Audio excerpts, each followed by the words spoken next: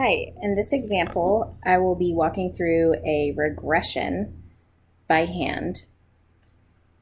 So we have X scores and Y scores from 4 participants. We have impulsivity for our X variable, that will be the predictor, and our outcome variable or Y variable is risk-taking scores. And the goal is to predict risk-taking propensity or the risk-taking scores from impulsivity. So the first step here is typically to calculate the mean for each one of our variables. So the mean of the Y variable is 15, the mean score for risk-taking, and the mean score for impulsivity, remember we just calculate by adding up all the scores and then dividing by the number of scores. So if you do that, you get a mean X value of 27.25. So recall that the next step in all of the analysis we've been doing is typically to calculate deviation scores. And I know that those come in handy for a lot of the values that we end up needing in our calculations. So I'll go ahead and just calculate the deviation scores for both of these variables.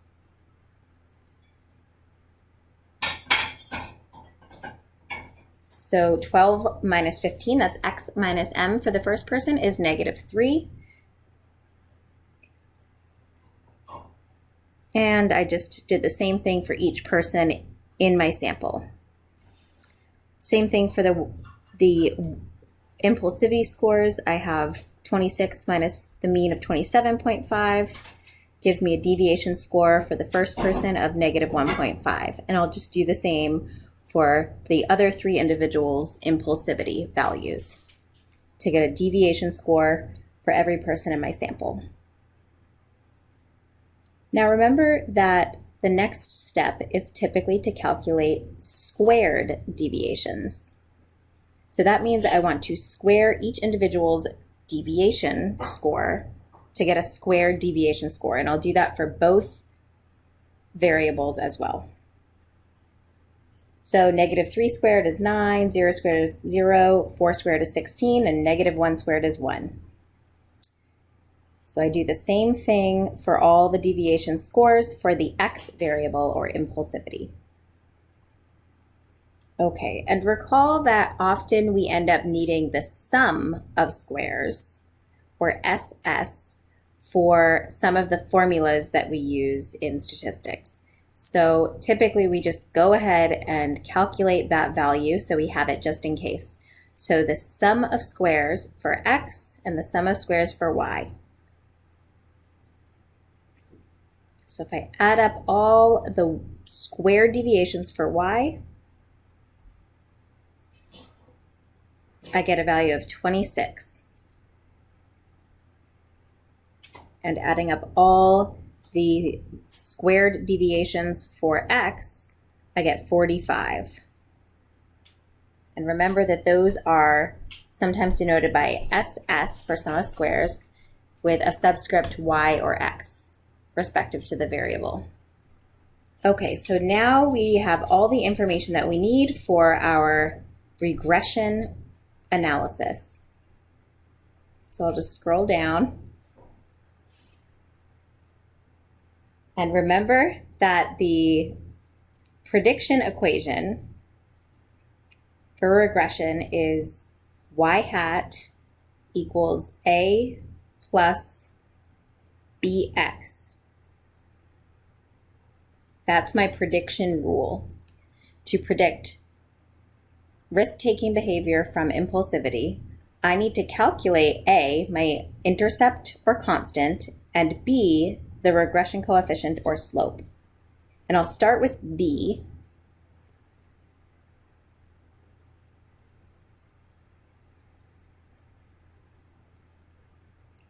To calculate the numerator for the slope, I need to add up the products of deviation scores. So I have a deviation score for each individual for X and a deviation score for each individual on Y. I'll multiply those together for each person, and then I add them up across all the individuals. I divide all that by sum of squares for the x variable. And then from B, I can calculate my A value or my intercept value. So let's first tackle the slope. So I'm scrolling up so I can look at my deviation scores, which I've already calculated.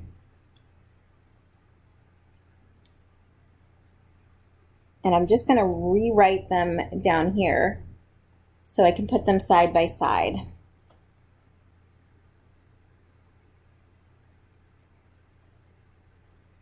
So the first person had a deviation score of negative 1.5 on the x variable and a deviation score of negative 3 on the y variable, and so on. So for each person, I need to create a product of their deviation scores. And remember, that's because we're working towards the numerator for the slope.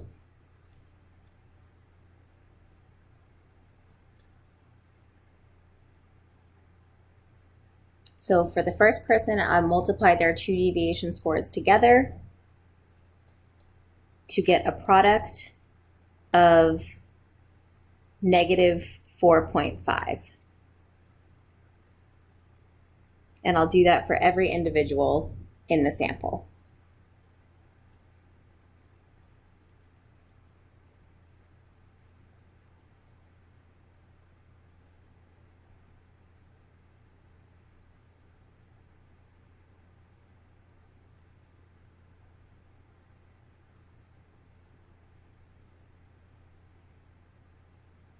And double checking my work, I see that the deviation score for the y variable for the fourth person should have been negative 1. So the product of the fourth person's deviations is negative 1.5. So now I have a product of deviations for each person in my sample. And looking at the formula for the slope, in the numerator, I see that I need to add up all those products.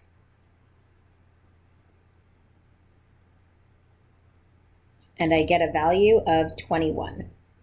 So that's the numerator of my slope formula. And then the denominator of my slope formula is sum of squares x, which we've already calculated.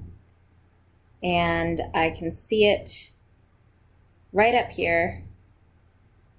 My sum of squares x is equal to 45.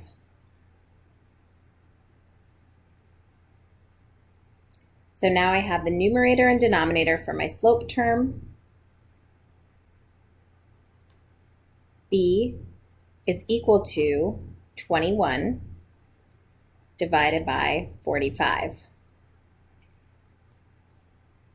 And that gives us a value of 0.47 if I round to 2 decimal places. So that is the slope or the regression coefficient for my prediction rule. Now I can go ahead and calculate A, or the intercept, with my value of the slope and using mean of x and the mean of y. So the mean of y is 15 and the mean of x is right up here, 27.25. So 15 minus 0.47 times 27.25. So remember, you do the multiplication first. And if you plug that all into your calculator, you'll get a constant value or intercept value of 2.19. So now I have my intercept and my slope for my prediction rule. So I can predict someone's risk-taking score from their impulsivity score using this equation. Y hat, or someone's predicted risk-taking score, is equal to 2.19 plus 0.47 times x, which is where you would plug in a known impulsivity score.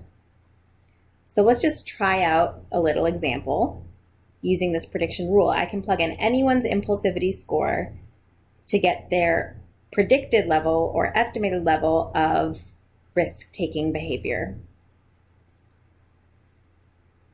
So if I have an impulsivity score of 25, then what level of risk-taking would you expect I would have? So I want to predict my risk-taking score from my known impulsivity score using this prediction rule. Y hat equals 2.19 plus 0.47 times 25, because that's my X value. And if you calculate that out, then I have a predicted risk-taking score equal to 13.94. All right, and that is it. I hope that you found this video helpful. As always, let me know if you have any questions.